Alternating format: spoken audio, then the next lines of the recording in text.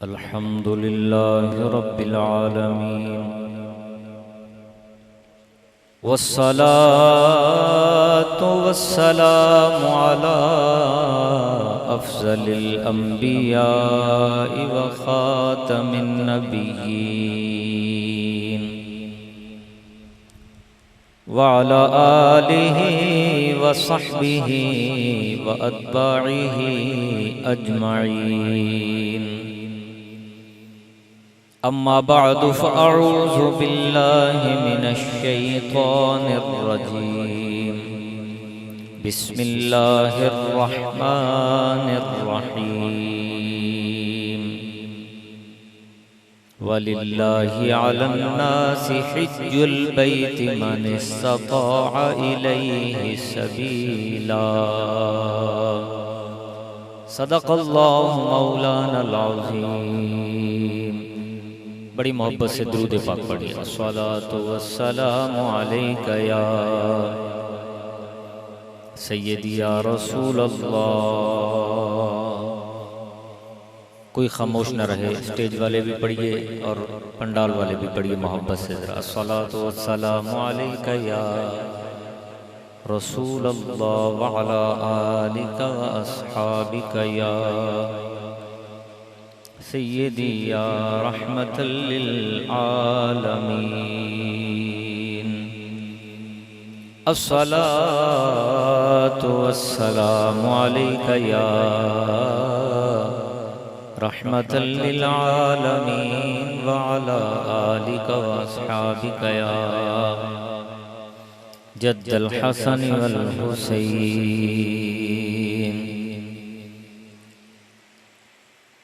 سب سے اولا اعلیٰ ہمارا نبی. تھوڑا آگے آ جائیں، میرا پیچھے جگہ بن جائے گی. آگے آگے آ جائیں اور تشریف لے لیں. اور آگے آ جائیں اور آگے آ جائیے. اب محبت سے سارے شامل ہو جائیے، پڑھ لیجیے. سب سے اولا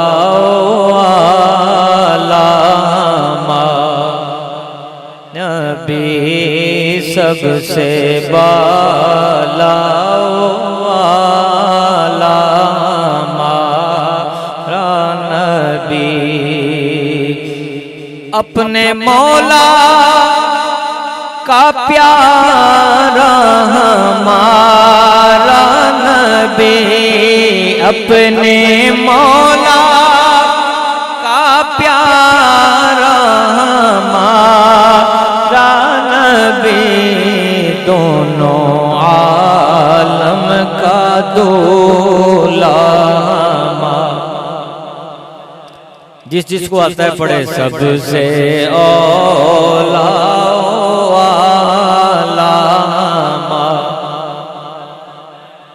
اور جبرائیل امی رہ گئے راہ میں. جبرائیل امی رہ گئے راہ میں.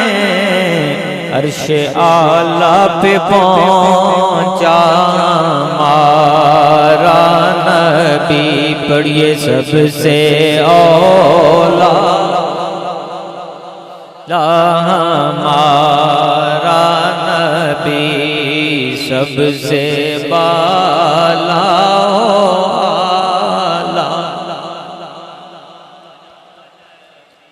اور جن کی دو بوند ہیں کوثر و سلسبیل. جن کی دو بوند کی دو بوند ہیں کوثر و سلسبیل. ہے وہ رحمت کا دریا نبی. پڑھیے. سب سے اولا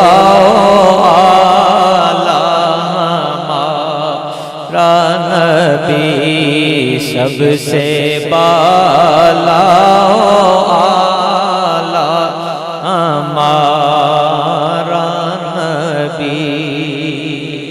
واجب الاحترام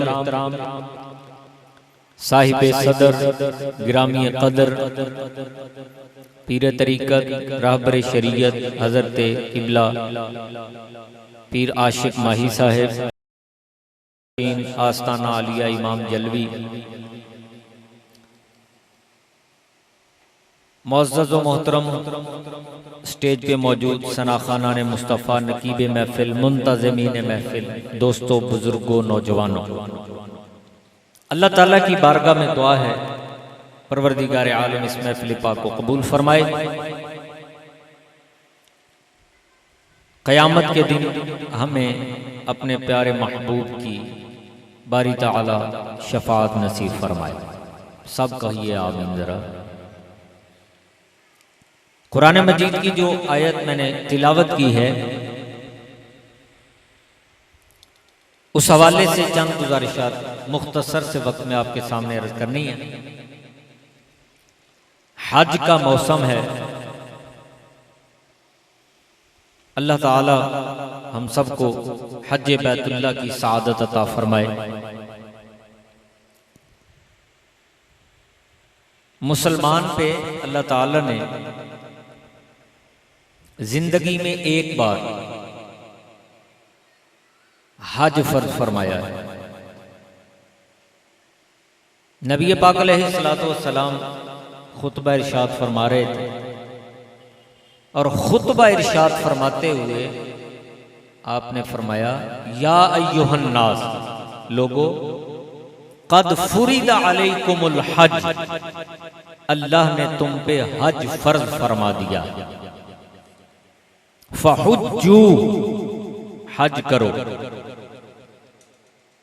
حضرت اقرا بن حابس رضی اللہ تعالیٰ عنہ صحابی ہیں، انہوں نے عرض کی یا رسول اللہ صلی اللہ علیہ وسلم اکل عام، کیا ہر سال فرض ہے؟ حضور علیہ السلام خاموش رہے، جواب نہیں دیا۔ انہوں نے پھر پوچھا اکل عام، کیا ہر سال؟ آپ پھر خاموش۔ انہوں نے پھر پوچھا اکل عام یا رسول اللہ صلی اللہ علیہ وسلم، کیا ہر سال حج فرض ہے؟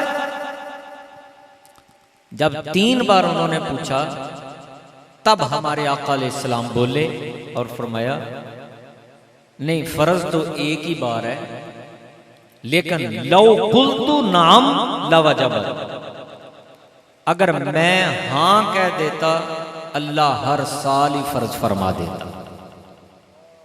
آپ اونچا کہیے ذرا سبحان اللہ، محبت سے ذرا بلند آواز سے کہیے ذرا سبحان اللہ۔ اگر میں ہاں کہہ دیتا تو اللہ ہر سال ہی حج فرض فرما دیتا۔ بولو کیا کر دیتا؟ فرض فرما دیتا۔ میرے چاہنے سے نہ کوئی چیز فرض ہوتی ہے نہ واجب ہوتی ہے، آپ کے چاہنے سے نہ کوئی چیز فرض ہوتی ہے نہ واجب ہوتی ہے، مگر زہرا کے بابا جو فرماتے ہیں آپ کے فرمانے سے جس کے لیے فرماتے ہیں چیز واجب ہوتی ہے، فرض ہوتی ہے، حلال ہوتی ہے، حرام ہوتی ہے۔ یہ اختیار ہے ہمارے نبی علیہ السلام کا۔ اگر حضور علیہ السلام نے فرمایا میں ہاں کہہ دیتا، سفر ہجرت میں 2-3 باتیں اسی پہ، سفر ہجرت میں جب آپ کو پکڑنے کے لیے سراقہ بن مالک آگے بڑھا، حضور نے اشارہ کیا، وہ اپنی سواری سمیت زمین میں دنس گیا، اس نے معافی مانگی، آپ نے پھر اشارہ کیا، سواری باہر آ گئی، پھر آگے بڑھا برے ارادے سے، آپ نے اشارہ کیا، پھر دنس گیا، 2-3 بار ایسا ہوا، پھر اس نے سچے دل سے توبہ کر لی۔ وہاں پہ اللہ کے محبوب علیہ السلام نے ارشاد فرمایا، اللہ نے ہمارے نبی کو بے حساب علم غیب عطا فرمایا، اچھی بنتی ہے سبحان اللہ جناب، بے حساب علم غیب عطا فرمایا۔ اللہ کے نبی نے وہاں پہ ارشاد فرمایا، سنیے ذرا، نبی پاک علیہ السلام نے ارشاد فرمایا اے سراقہ تو مجھے پکڑنے کے لیے آ گیا ہے، پکڑنے کے ارادے سے گھر سے چلا گیا، مجھے پکڑنے کے لیے بار بار کوشش کر رہا ہے، لیکن میرے آقا علیہ السلام نے فرمایا مجھے تو یہ نظر آ رہا ہے کہ میں تیرے ہاتھوں میں ایران کے بادشاہ کے سونے کے کنگن دیکھ رہا ہوں۔ اب اسے سمجھ نہیں آئی، اس نے کہا جی ٹھیک ہے۔ حضور علیہ السلام کا زمانہ ظاہری زمانہ گزر گیا، حضرت ابو بکر صدیق رضی اللہ عنہ کا گزر گیا، حضرت عمر فاروق کا دور آیا، ایران فتح ہوا، سونے کے کنگن مال غنیمت میں آئے، حضرت عمر نے بلایا اور سونا حضرت سراقہ کو پہنایا۔ میرے لیے جائز نہیں ہے، آپ کے لیے جائز نہیں ہے، لیکن حضرت سراقہ کے لیے حضور علیہ السلام نے حلال کر دیا ہے، ان کے لیے اللہ کے نبی نے جائز قرار دے دی ہے۔ اور پھر اس پہ کافی روایات ہیں۔ ہمارے آقا علیہ السلام فرماتے ہیں اللہ تعالیٰ نے مجھے اتنا اختیار عطا فرمایا ہے، اللہ تعالیٰ نے مجھے وہ کمال عطا فرمایا، لو شئت، اگر میں اللہ کا نبی چاہوں احد پہاڑ سونے کا بن کے میرے ساتھ چلنا شروع کر دے، میں جس کو چاہوں جتنا چاہوں عطا فرما دوں۔ پتہ یہ چلا میرے پاس کوئی اختیار نہیں، آپ کے پاس کوئی اختیار نہیں، لیکن اللہ تعالیٰ نے میرے اور آپ کے پیارے کریم لجپال آقا علیہ السلام کو بے حساب اختیار عطا فرمایا ہے۔ محبت سے کہہ دیجئے ذرا، خالق کل نے آپ کو مالک کل بنا دیا، خالق کل نے آپ کو مالک کل بنا دیا، خالق کل نے آپ کو مالک کل بنا دیا، دونوں جہاں ہیں آپ کے قبضہ و اختیار میں، پڑھیے صلی علی نبینا صلی علی محمد صلی علی شفیعنا صلی علی محمد۔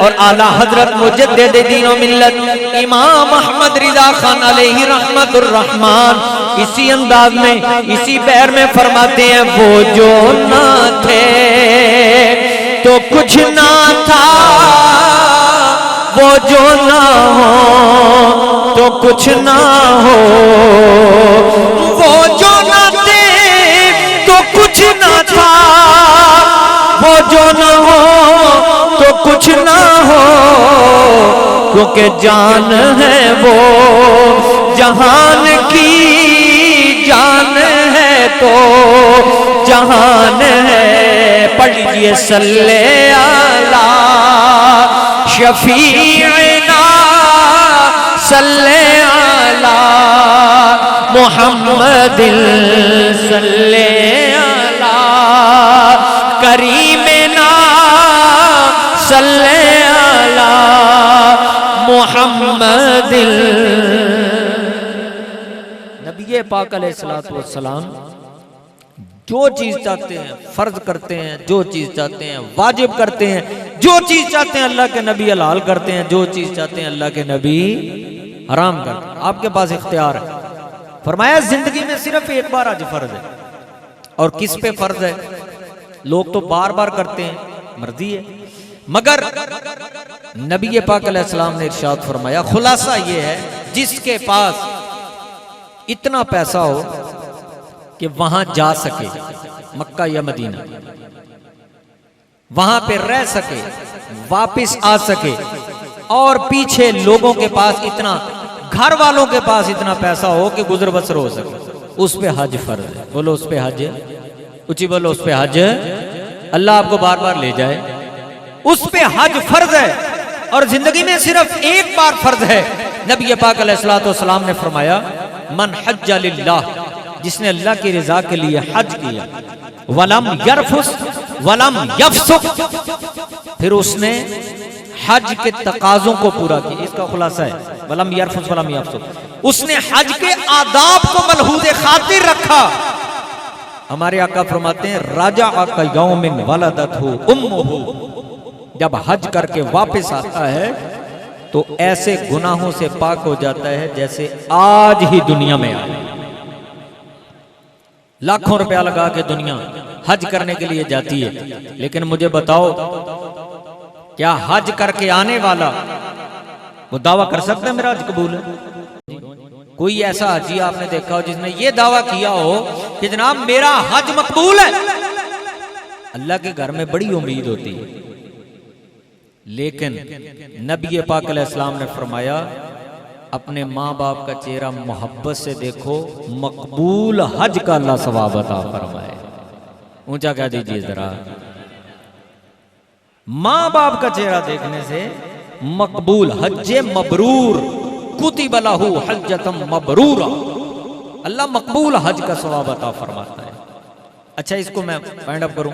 نبی پاک علیہ السلام ارشاد فرماتے ہیں بندہ جب حج کرنے کے لیے مکہ مکرمہ میں داخل ہوتا ہے, خانہ کعبہ پہ پہلی نظر پڑتی ہے, جو دعا کرو اللہ قبول فرماتا ہے. نبی پاک علیہ السلام نے ارشاد فرمایا جب طواف شروع کرنے لگو حجر اسود کو چومو, اگر ممکن نہ ہو تو حجر اسود کا استلام کرو. حضور علیہ السلام فرماتے ہیں جو بندہ حجر اسود کا استلام کرے گا یا حجر اسود کو چومے گا, قیامت کے میدان میں جب حجر اسود کو لایا جائے گا اللہ تعالیٰ اسے 2 آنکھیں عطا فرمائے گا. جس نے حجر اسود کو چوما ہوگا یا اس کا استلام کیا ہوگا حجر اسود اس بندے کی شفاعت کرے گا, اور بندہ اس کی شفاعت سے بخشا جائے گا, جنت میں جائے گا. طواف ہوا, کتنے چکر؟ کیوں جی طواف میں کتنے چکر ہوتے ہیں؟ بولو ذرا 7. اور 7 چکروں میں پہلے 3 چکروں میں کیا کرنا ہے؟ رمل. توجہ سے سنیے گا ذرا, رمل کرنا ہے. اور رمل کیسے کرنا ہے؟ ذرا یہاں کندھے سے کپڑا ہٹا کے پہلوانوں کی طرح چل کے پہلے 3 چکر کرنے. اب یہ پہلوانوں کی طرح چلنا اکڑ کے یہاں پہ اللہ کو پسند ہے. بولو ذرا پسند ہے. قرآن سن لیجئے, اللہ تعالیٰ ارشاد فرماتا ہے وَلَا تَمْشِ فِي الْأَرْضِ مَرَحًا إِنَّكَ لَن تَخْرِقَ الْأَرْضَ وَلَن تَبْلُغَ الْجِبَالَ طُولًا.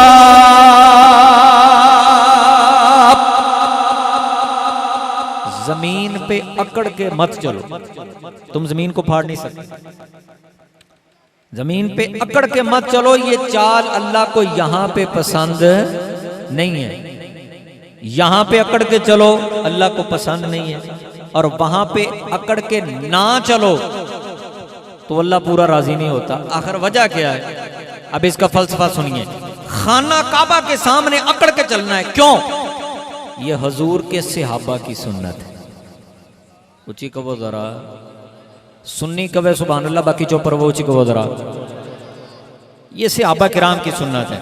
نبی پاک علیہ السلام جب عمرہ قضا کرنے کے لیے مکہ مکرمہ حاضر ہوئے, جب آپ کے صحابہ طواف کرنے لگے, مشرکین مکہ دیکھ رہے تھے, ملاحظہ کر رہے تھے.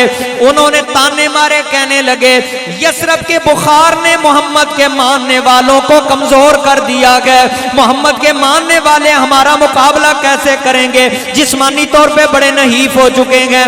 اللہ کے محبوب علیہ السلام نے صحابہ کرام سے فرمایا ایسا کرو, اپنے کندھوں سے کپڑا ہٹا کے اکڑ کے پہلوانوں کی طرح چلو, تاکہ مشرکوں کو پتہ چل جائے کہ مسلمان کمزور نہیں ہیں, تمہارے ساتھ ہر طرح کا مقابلہ کرنے کی صلاحیت رکھتے ہیں. نعرہ رسالت, تاجدار ختم نبوت, ہر طرح کا مقابلہ کرنے کی صلاحیت رکھتے ہیں. میرے دوستوں, صحابہ کرام نے نبی پاک علیہ السلام کی جب اس بات کو سنا, ہدایت کو سنا, صحابہ کرام نے اپنے کندھوں سے کپڑے ہٹا لیے, پہلوانوں کی طرح چلنا شروع کر دیا. اللہ تعالیٰ کو صحابہ کا یہ چلنا پہلوانوں کی طرح اتنا پسند آیا، اتنا پسند آیا، اللہ تعالیٰ نے قیامت تک کے لیے طواف کرنے والوں کے لیے اس عمل کو سنت بنا دیا۔ میں تے رتبے صحابہ دے سناواں گا۔ آپ سننا چاہتے ہیں؟ سبحان اللہ کہیے ذرا۔ میں تے رتبے صحابہ دے سناواں گا۔ اتنی محبت، اتنا پیار اللہ رب العزت کو حضور علیہ السلام کے صحابہ سے، میں تے رتبے صحابہ دے سناواں گا۔ سنیوں سن لو کلام میں سناواں گا، میں تے رتبے صحابہ دے سناواں گا۔ سونے نبی دے یار بڑے سونے نے، سونے نبی دے یار بڑے سونے نے، سارے صحابہ وچوں چار بڑے سونے نے۔ میں قرآن کھول کھول کے سناواں گا، میں تے رتبے صحابہ دے سناواں گا۔ آپ کہیے ذرا بلند آواز سے ذرا۔ نبی پاک علیہ السلام کے صحابہ ایسے چلے۔ بات ختم کرنے کی طرف آتا ہوں، ٹائم پہلے بہت ہو چکا ہے۔ سنیے، طواف کیا، آب زمزم پہ آئے، پانی پیا، صفا مروہ کے درمیان سعی کی۔ آپ صفا مروہ کے درمیان کیا ہے؟ میلین اخضرین، سبز چوبے لگی ہوئی ہیں، وہاں پہ مردوں کو حکم ہے دوڑو۔ کن کو حکم ہے؟ بولو بولو ذرا۔ مردوں کو حکم ہے، سنت عورت کی ہے۔ بولو سنت ہے، سنت عورت کی ہے، حکم مردوں کو ہے۔ حضرت حاجرہ علیہ السلام وہاں پہ دوڑی، اللہ کو عمل اتنا پسند آیا، فرمایا کہ اس کو ہمیشہ کے لیے طواف کا، عمرے کا، اس کو عمرے کا، حج کا حصہ بنا دیا ہے۔ دوڑی عورت ہے، حکم مردوں کو ہے۔ اب وہاں پہ سعی کر لی، حج کا باقی عمل کر لیا۔ حضرت ابراہیم علیہ السلام نے کنکریاں کیوں ماری تھی؟ شیطان کو بگانے کے لیے۔ بولو کس لیے؟ اب تو وہاں شیطان نہیں ہے، لیکن سنت حضرت ابراہیم علیہ السلام کی اللہ نے قیامت تک کے لیے زندہ رکھی ہوئی۔ لوگ کہتے ہیں یادگاروں کو مٹا دو، لوگ کہتے ہیں یادگاروں کو مٹا دو۔ حج کا سارا عمل اللہ کے پیاروں کی یادگار، آپ پریکٹس کرتے جاؤ، آپ کا حج ہو جائے گا۔ حضرت ابراہیم نے وہ عمل کیا، آپ وہ پریکٹس کرو، آپ کا حج ہو جائے گا۔ نبی پاک علیہ السلام نے فرمایا، من زارا قبری وجبت لہو شفاعتی، من حج ولم یزرنی فقد جفانی، او کما قال علیہ الصلوۃ والسلام۔ حضور علیہ السلام فرماتے ہیں، جس بندے نے حج کیا، اللہ کے گھر کا طواف کیا، آب زمزم پیا، وقوف عرفات کیا، مزدلفہ گیا، منا گیا، لیکن حضور نے فرمایا یہ سارا کچھ کرنے کے بعد اگر میرے شہر مدینہ میں نہیں آیا، اگر میری قبر کی زیارت نہیں کی، تو اس بندے نے مجھ پہ ظلم کیا۔ اب مجھے بتاؤ، جس بندے نے حضور پہ ظلم کر دیا، اس کا حج قبول ہوگا؟ بولو ذرا، اس کا حج قبول ہوگا؟ ہمارے بزرگوں نے تو ہمیں یہ حکم دیا ہے۔ وہ تو کہتے ہیں، حاجیوں آؤ شہنشاہ کا روزہ دیکھو، حاجیوں آؤ شہنشاہ کا روزہ دیکھو، کعبہ تو دیکھ چکے، اب کعبے کا کعبہ دیکھو۔ اعلیٰ حضرت مجدد دین و ملت، آپ نے مکے میں کیا بات کر دی، کہنے لگے، غور سے سن تو رضا، کعبہ سے آتی ہے صدا، غور سے سن تو رضا، کعبے سے آتی ہے صدا، میری آنکھوں سے میرے پیارے کا روزہ دیکھو۔ اللہ آپ کو بار بار لے جائے مدینہ شریف میں، جا کے آپ نمازیں پڑھیں۔ یہاں پہ مقدر والوں نے عشاء پڑھی ہوگی، میں امید کرتا ہوں سب نے پڑھی ہوگی، اس نے ظن رکھتا ہوں اللہ ہمیں فجر پڑھنے کی بھی توفیق عطا فرمائے۔ آپ وہاں پہ جا کے نمازیں پڑھی، یہاں پہ مسجد میں آپ نماز پڑھ کے آئیں، امام کے دائیں طرف کھڑے ہوں تو ثواب زیادہ ہے، بولو ثواب زیادہ ہے۔ مدینہ شریف واحد دنیا کی ایسی مسجد ہے، امام کے بائیں طرف کھڑے ہو تو ثواب زیادہ ہے۔ ساری دنیا میں دائیں طرف کھڑے ہوں تو ثواب زیادہ ہے، مدینہ شریف میں بائیں طرف اگر کھڑے ہوں تو ثواب زیادہ ہے۔ یہ وہاں پہ قانون کیوں بدلا ہے؟ اس لیے بدلا ہے کہ وہاں پہ مصطفیٰ کا روضہ بائیں طرف، بولو حضور کا روضہ بائیں طرف ہے۔ اگر آپ ریاض الجوبندے گئے ہیں وہ ذرا تصور کریں، ریاض الجنہ کے پاس اگر آپ کھڑے ہوں تو ایکسٹریم لیفٹ پہ حضور علیہ السلام کا روضہ اطہر ہے۔ جتنا نبی پاک علیہ السلام کے روضے کے بندہ قریب ہوگا اتنا اجر بھی زیادہ ہوگا، بولو اتنا ثواب بھی زیادہ ہوگا۔ آخری بات، مکہ افضل ہے یا مدینہ؟ اس میں علماء کا بلکہ صحابہ کرام کا نقطہ نظر بھی مختلف ہے۔ بعض صحابہ نے کہا کہ مکہ اعلیٰ ہے، بعض نے کہا مدینہ اعلیٰ ہے، مگر نبی کریم علیہ السلام کے غلاموں حضرت شاہ عبدالحق محدث دہلوی رحمۃ اللہ علیہ، آپ نے فرمایا جب تک حضور مکے میں تھے، بولو جب تک حضور مکے میں تھے مکہ افضل تھا، جب حضور مدینہ چلے گئے تو مدینہ افضل ہو گیا۔ من استطاع ان یموت بالمدینہ فلیمت، فرمایا جس سے ہو سکے مدینہ میں اس کی موت آ سکے تو اسے چاہیے وہ مدینہ میں مرے۔